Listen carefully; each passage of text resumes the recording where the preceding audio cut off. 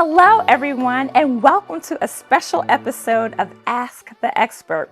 As the season comes to a close, I personally want to take a moment to thank you for being with me on this incredible journey as your host for now 16 months. It's truly been a blast spending time with you as we introduce movers and shakers, financial ballers, hustlers turned moguls, each sharing their expertise and strategies to help you eliminate debt and build wealth. Now we have some exciting news to share. Ask the Expert is getting a makeover. That is right. In 2025, we'll be rolling out a brand new program with a fresh look and feel. We're elevating the topics, guests, and delivery to bring you trending topics paired with trusted experts who will continue to generously share their experiences and actionable advice. We cannot wait to show you what's coming next. But before we sign off, we'd like to take a walk down memory lane and share some highlights from the show. These moments might give you a chuckle or, in some cases, make you say, ouch. But either way, they've been part of the fun and growth of Ask the Expert. Now, sit back, relax, and enjoy this special presentation.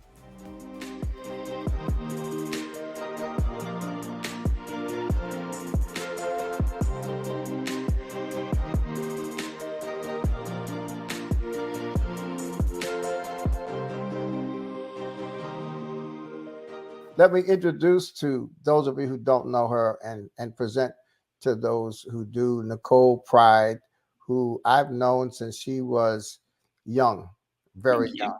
She used to bring me her report card. She brought me her report card in church, and I would always make over her because she always got good grades, and she went on to college and got good grades, and she's just been a real star. And I'm interviewing her today for three reasons. Number one, because she's got a great personal story. Number two, she's an entrepreneur. She's got a marvelous business. And I'll save number three for last. It'll be a surprise. So, Nicole, welcome to Ask the Expert. Yes, thank you for having me. I'm so excited to join the D-Free movement in this capacity. This is great. Yeah, this is not your first time participating in D-Free programming, though. No. So when you first rolled it out at the church, I participated as just an attendee who wanted to improve their financial standing, right? And so I very much have been a recipient of all the tools and resources and great information to help me and my family. My husband Hassan has participated in D-Free over the years as well. And so we've just been beneficiaries of this great movement. So, yeah. And, this is a kind of a broadcast platform. We understand that. But I try to treat this as a conversation that other people kind of listen in on. So folks, just in case you're wondering, this is unscripted. It's unrehearsed. We didn't get together to talk about this, but Nicole and I can converse freely because we've been talking for years. So I want to ask you this question before you talk more biographically. I've never asked this question before for any of the people in your group. How does it feel to have had me as your pastor and you were really a child, and then you grew up and became pretty much a peer of mine? Is that how is that? Because a lot of your friends don't know what to call me, which is, I think, kind of evidence of the confusion. So how does that feel? First of all, I do not see myself as your peer, but okay. And you always be reference stories to me. But I love the fact that I'm able to work with you in this capacity. So when I first graduated let's go backwards a bit.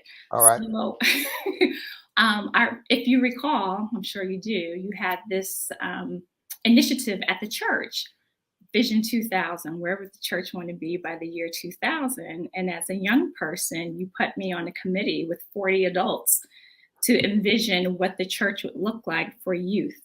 And in fact, my mentors were Joetta Clark and Roberta Coleman, who were just excellent women, who were very savvy, and they took me in and guided me, and it was just pretty awesome. In any case, we developed a proposal about what the church would look like to serve youth in the church, but also in the surrounding community. And so if you fast forward, after I graduated from college, I did have a difficult time finding employment. And you said, come on, work with me. You helped start this. And I joined you with the Community Development Corporation, which was an awesome experience. The best first job anyone could hope for. I had so many skills that I acquired working there. In fact, I remember when I went on to work at a PR agency, they wanted to hire me in a certain role. And I'm like, no, look at all of this that I've done. And they said, well, if you're as good as you say you are, in 3 months, we'll promote you in a new role. And in 3 months, they promoted me in a different role. And I attribute all that to the experience that I had working at the Community Development Corporation.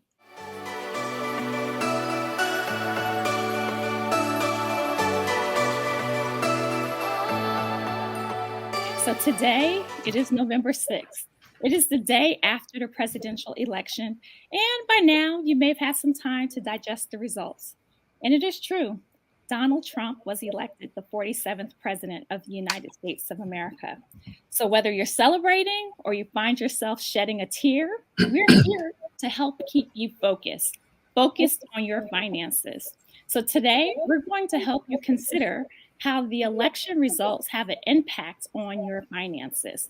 And here to help us make sense of it all is none other than Dr. DeForest B. Soaries Jr. As the founder of this D-Free movement, he is no stranger to most of you. However, if you are here for the first time, you should know that Dr. Soaries is pastor emeritus of First Baptist Church of Lincoln Gardens, where he served over 30 years. And pertinent to today's discussion, Dr. Soaries has been a political activist for his entire life, launching his community work with Jesse Jackson's Push Operation. He's the former Secretary of State of New Jersey and the former chairman of the Federal Election Assistance Commission. So he brings all of that to the discussion today. So with his wealth of experience and his unique insights, he's going to inform us about how we adjust to this political landscape that we find ourselves in today, but more importantly, how it has implications on our finances. Black people and white people in this country see two completely different realities. We see the country differently. We interpret the country differently. We exist in the country differently, except in those areas like New Jersey, like Massachusetts, like California, where there's so much diversity and Black people and white people really know each other. I heard some data over the summer that said 85% of white people have no interaction with a Black person ever in America. So I just think that this summons us to do exactly what we've been doing since we arrived here in 1619. We have always assumed that the priority activity for us is to figure out what we can do for ourselves, what we can do with each other to ensure that our children inherit a better reality than we experience. That after emancipation, we started more HBCUs in the 10 to 15 years after emancipation. And those were rough years. Those were years when it was legal for white people to take Black people and lynch them in many states. Yeah. Mm-hmm. Listen, it was illegal. 40 years ago, Kamala Harris would have been illegal in many states in the South just for being married to a Caucasian. Mm-hmm. So I just think, I think we have to be reflective. I think we have to be strategic. I think we have to be unemotional. I mean, I think the emotions are going to happen, but we've got to get past our emotions and be thoughtful and strategic and focused on what we can do about ourselves. So, Dr. Soaries, thank you today for helping us coordinate this discussion. There seems to be so much energy around the topic of investing in Africa. Today is the first of a few programs we'll have where we'll talk to people and really demythologize African economics and introduce people to what I call user-friendly strategies for people who have money to invest. There are things happening in Africa that are so exciting that hopefully it'll blow your mind as it has mine. So I have a lot of things going on in Africa, but anything I do on the continent of Africa, starting in Ghana, where I have a special relationship with the Achim Abuakwa Traditional Council, is the person that you'll hear from next. She has worked in various capacities. She went to school in England, so don't be confused. She sounds half British and half Ghanaian and half American. She's an entrepreneur. She's a farmer. She is a motivator. She's a mentor, and she's an expert in business.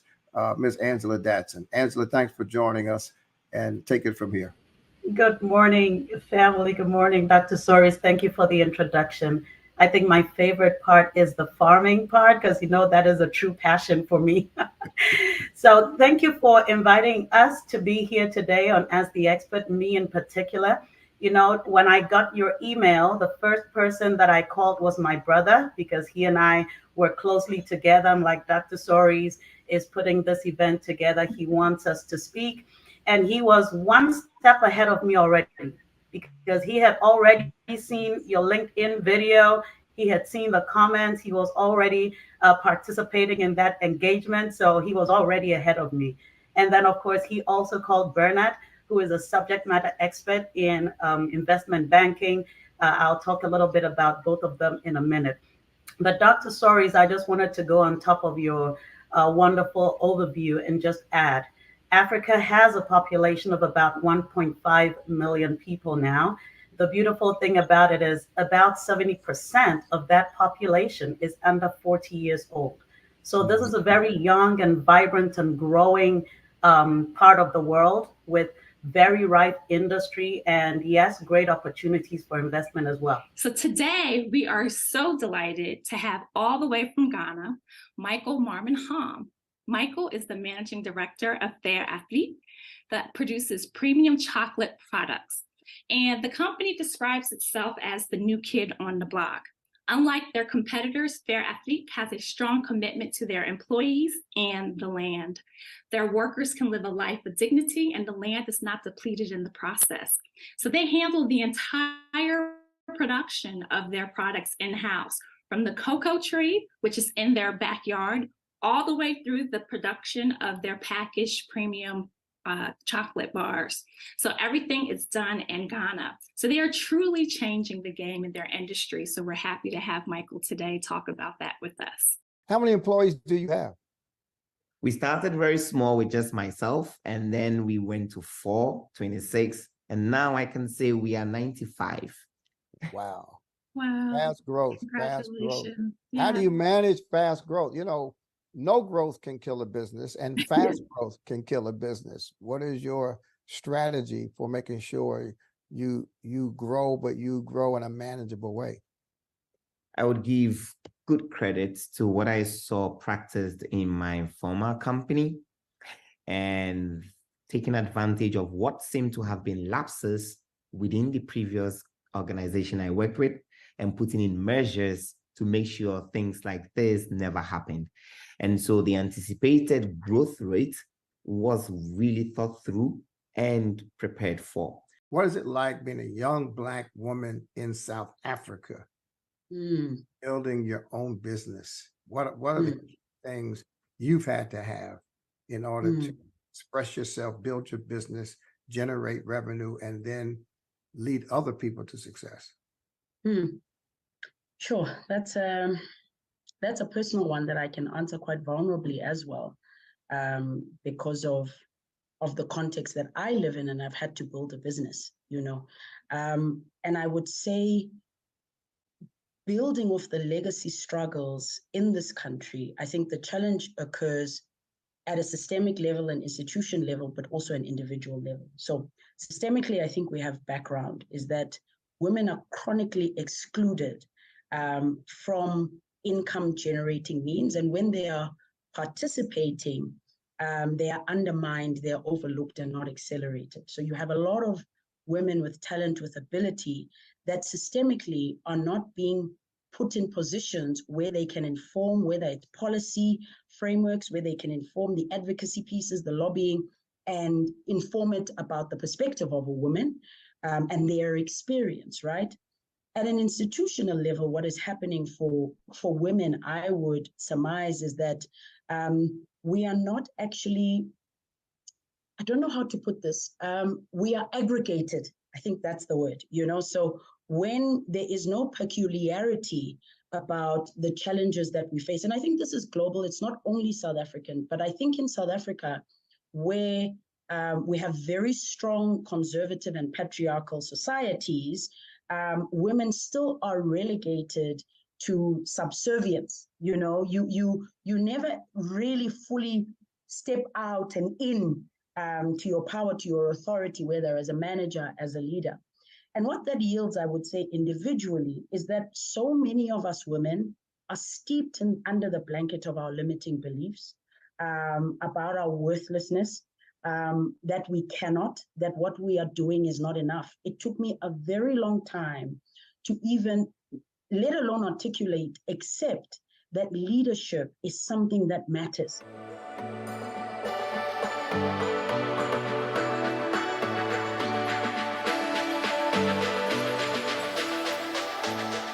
So, can we just level set for our audience today? What do you mean by wealth? So, your eyes were opened when you started working at the investment firm. And so, what were things that were totally outside of your realm of thinking that said, hey, there's more to this wealth thing than I thought? That's a great question and a great way for me to segue into my most recent book, Wealth Secrets, which is really the insight that I gained from that access. Mm-hmm. And what I would say, the blueprint that I was given by my parents was the traditional financial success blueprint, and that is the pursuit of the American dream, the career, the six-figure income, the large house. And what I began to understand very early on in my career is that the wealthy have a different blueprint. And that blueprint is not about status symbols. It's about turning your income into assets so that those assets will now earn the income and you're not working for it. So that was, primarily the first insight, is that that wealthy people don't buy the things, they buy the companies that make the things. Mm-hmm. So, and just to make sure everybody's on the same page, so what are you specifically referring to when you talk about assets? When I talk about assets, I'm talking about assets that appreciate in value. So asset, your house is an asset, right?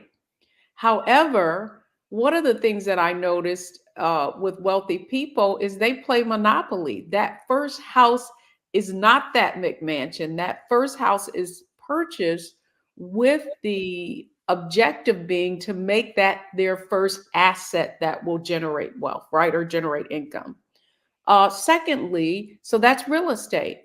The next asset is a stock in investing in those same companies that you buy products for. I mean, I've got an Apple phone, I've got a Mac, right? So rather than just buying these products, I'm going to buy the companies that make the products. So that reminds me. So you first started off talking about, the mindset, right? Just first, just exhale, forgive yourself, right? And so that reminds me of your book. So your book title, right, is Budgets, Mindsets, and Money Moves, How to Build Confidence in Your Financial Decisions and Change Your Money Story. And so talk to us about that. Talk about, what does that look like to change your money story? So it looks like figuring out how your money story was created. How did you see money growing up? How did you see money spent growing up? What were your experiences with money like? Did you have any conversations about it? Did you see anyone spending money a certain way? Or how did you experience it in the sense of maybe you experience food scarcity. Like myself, I experienced food scarcity growing up. So I had times when we didn't know what we would eat again, or we had to make meals and be resourceful. So as a result, when I got older, I would overspend on food when I had my daughter because I was so focused on making sure I didn't experience that again. I wanted to make sure my daughter didn't experience it. But how it personified was I spent way too much money on food, and now I'm wasting money because the freezer, it's getting freezer burn, the produce is spoiling. I have canned goods that I have for years now because I haven't been able to touch them. So you kind of have to take a deep dive. Personal finance is a self-awareness journey. So you have to look to see the root. How did these habits come about? Where were they created? And that's going to be the first step to actually solving or improving some of those habits. So that's kind of where the book came from. I feel like that's a journey that we often don't take, or we often, we sometimes avoid because it's not easy. It is work that you have to put in. So I wanted to create like somewhat of a resource for people to read through, and each chapter has 2 actionable steps that they can actually start immediately. This is so great. One thing that comes to mind is how now with the NCAA, how student athletes are able to have sponsorships and endorsements and things like that, which is a game changer. Any advice that you give for our up and coming professional athletes? It would be very similar advice to what I initially spoke about. Track your spending, but before you even track your spending, understand what your income looks like. I immediately think about the NFL as an experience. I might slip up and say career here and there, but it's truly an experience. Careers usually last 10 or more years. The NFL average is around 3 years. So you have this experience in which you're making a lot of money, whether it started in college or it started in the NFL, that will eventually end, and it'll end abruptly. And those huge checks that are coming in, they stop. Now, what are you going to do? And if you're spending beyond your means, if you're not tracking, if you're not understanding that it needs to be a level set there, that's when you fall into financial duress, or you see some of those things that you need to make abrupt changes with now. So I would say to the young student athlete that is benefiting from NIL, first off, more power to you. I wish I was able to benefit from that plan, but make the most out of it and understand that those funds are a great head start to financial freedom later on down the line. And so, okay, so I just wanted to recap just to make sure we're catching all of the gems that you're throwing at us. The biggest thing that I hear you saying is go to irs.gov so we can know what's going on for ourselves, even if we're using a professional to prepare our taxes, just so that we are aware of what the requirements are, what are some of the tax incentives available to us that we can take advantage of. What I also heard you say is don't trust the software completely, and that's part of being educated, right? And then one of the biggest things I heard you say is let's not go overboard with our expenses and deductions that we have, right? So we have to be reasonable about what those things are that we're claiming. And so what I gathered, though, there's no hard set formula. It's basically common sense, right? There you go. Yeah. So I don't know if you have any final thoughts you want to leave us with today. Well, I would say multiple income streams is what lead to financial independence. One income is not enough, right? And we're living in a time where you don't have to have just one income, right? Just being an influencer, Amazon influence is another stream, for you. And I just hate to hear people when they say, oh, I don't have the money. I don't have the money. It's like, let's open up your mind. Right, because that's where this thing starts at, right? Because a lot of people are drowning, unfortunately, right now. Drowning in credit card debt, can't pay. Believe it or not, 10 million people haven't paid their mortgage in 3 years, right? And they can't, right? And it's like, if you can add an additional income that can bring you in an extra $1,000, that'll change the game, right? For a lot of people, a lot of Americans, right? So, always be open. Right? Always be open-minded. Don't be scared. And the Bible says, be childlike.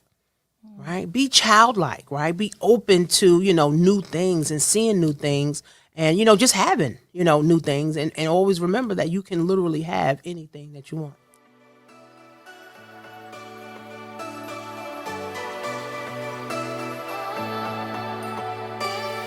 Our theme for this month is having a CEO mindset, think like a boss. What are some of the characteristics or mindsets that you think is important when you're leading your own business? So number one, you cannot be, well, I would say you cannot be afraid, but like sometimes you got to do it scared. Like sometimes you got to do it anyway, right? What you can't do is quit. Sometimes the smartest thing you can do is just keep going. Keep pushing. So that's number one.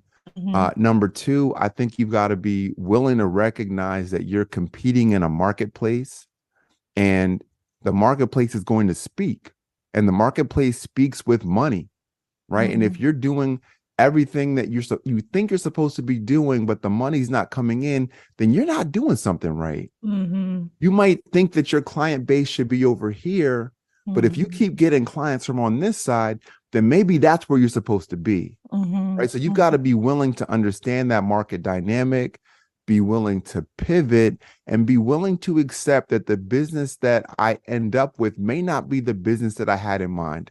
Right. The final thing I'll say is leadership. Like you've got to be a people person if you're going to be a CEO. Like meaning like when I was a one-man shop, and I was a one-man shop for a long time, literally sitting in my mom's basement running my wealth management firm in the first year. And I will tell you that things did not really take off for me until I was able to start hiring people. And when I hired people, I trained them on how to do business, but I also gave them the confidence to know that they could be greater than who they are right now. And I told them how much I believed in them. And I showed them how to do business, but I gave them the room to go out and build their own business. And in doing so, my business took off. Like in my first year, we were managing about $26 million. And you gave the number earlier. We're now managing well over $300 million. Bobby, do you have any anecdotal experiences about how you may have not been offered the best compensation?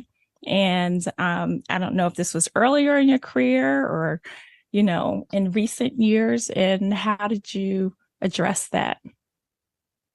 The way I deal with pay disparity is to try and sweeten the deal in other ways. I'm very much into professional development and education. I always try and make sure that that's a part of any situation that I'm in. If not outright sponsoring or paying for, that I will get some benefit from it. Another added thing is as well is it always helps to have a mentor, which is also a part of networking. It's almost everything in this life is about relationships, and more often than not, we know someone somewhere that is connected. And I mean, I'm talking beyond the virtual and online stuff. I'm talking IRL. And those networking opportunities can lead to laying a foundation that can help you negotiate through the life of your career. Let's shift a little bit and talk about how do you stay marketable during times of change? So according to the World Economic Forum, 23% of jobs are expected to change within the next 5 years due to technological advances like AI and automation. And so knowing that there are major shifts happening due to technology, roles changing, roles being cut, new skill sets required, How is it that you can stay marketable, seen as that must-have employee that has to remain through all of these changes? It's such a good question, Nicole, because AI and digital transformation, along with change management, are at the core of discussions that I'm having as an HR professional in the industry daily. Right. Yes. So, when you think about how you can thrive through the change, a couple of things come to mind. And we may think it starts with performance, and that matters, but we talk more and more about how you show up versus what you show up doing. So when I say how, I'm talking about behaviors. Say that again. Agility- I think people need to hear that. we talk more today about how you show up How you show than up. what you show up doing. Your Mm. how matters just as much, if not more, than your Mhm. what. That's major. And when we think about how agility and your ability to pivot through the change is extremely important. To your point, things are changing all of the time. Mhm. So, are you approaching change with optimism? Mhm. Are you asking questions or showing resistance? Mhm. How you can position yourself as an advocate or a champion through the change is important. That's the agility. Mhm.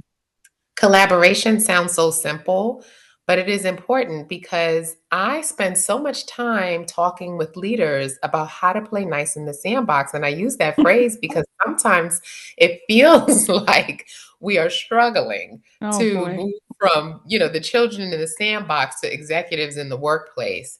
But your ability to connect with others, to Mhm. work in teams effectively, and to Mhm. be able to influence to get things done is important, even when you disagree. And oftentimes we may approach scenarios with different perspectives and ways of thinking, but we're all working toward the common goal. And when you can Mhm. show yourself as someone who does that well, it's Mhm. important. Thank you for being with us on this journey. On behalf of the entire Ask the Expert family, we wish you and yours a very Merry Christmas and Happy New Year. As 2024 hastens to a close, I'd like to thank all of you for your strong support and active participation in our weekly webinar, Ask the Expert. Prudential as our sponsor and our team in New York, New Jersey, and Accra, Ghana have made all of this possible, and as a result, lives have been changed, families have been uplifted, and so many of you have given us so much encouragement that I can't thank you enough. Going into 2025, we will continue to create online content. We have a new digital platform for D-free content, and we'll continue building our community. But for now, let me thank you for these years. Since the pandemic, we've been consistent on a weekly basis producing this content, and I'm grateful to all of you who made this possible. God bless you. Happy holidays, Merry Christmas, Happy Kwanzaa, Happy New Year, and I look forward to seeing you and connecting with you in 2025. Hello. Greetings from the sunny city of Johannesburg, South Africa. My name is Angie Datson, and I'm a co-producer on your favorite web series, The D-Free Ask the Expert. As we round off another season, bringing this year to a close, we want to say thank you for your commitment in staying with us throughout 2024. We're excited to bring you new episodes as we go into 2025, and we ask that you stick with us as we continue on this journey to financial freedom. Again, thank you. Happy holidays and a happy new year to you and your family. Hi, my name is Johnson, and I'm a member of the Ask the Expert production team. I want to wish you a Merry Christmas and a Happy New Year. Hi, I'm Michael Penix, editor for Ask the Expert.